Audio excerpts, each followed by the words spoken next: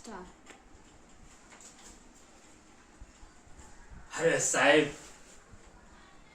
अरे साहेब, या एरियामध्ये ना एक चावडी अशी नाही ज्याला आपण टच नाही केलं असेल.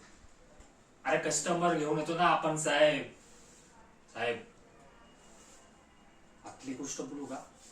खबर आहे ते शीतल ना, शीतल, हा तीच.